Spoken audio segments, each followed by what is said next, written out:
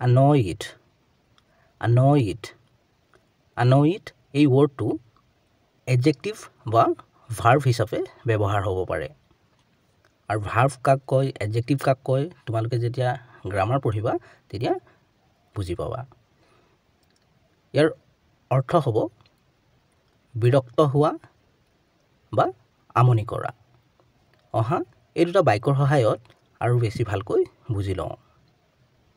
She annoyed him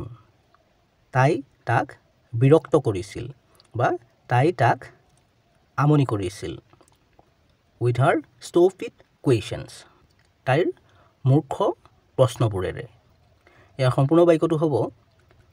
She annoyed him with her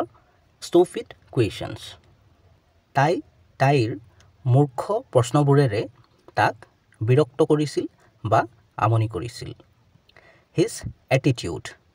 তেওঁৰ মনোভাৱ বা আচৰণ বা ফুটনিয়ে made me extremely annoyed মোক অত্যন্ত বা অতিশয় বিৰক্ত কৰি তুলিছিল ইয়াৰ সম্পূৰ্ণ বাক্যটো হ'ব his attitude made me extremely annoyed তেওঁৰ মনোভাৱে বা আচৰণে বা ফুটনিয়ে মোক অত্যন্ত বিৰক্ত বা আমনি কৰি তুলিছিল চেনেলটোত আৰু বহুতো ভিডিঅ' আছে গৈ চাব পাৰা লাইক শ্বেয়াৰ আৰু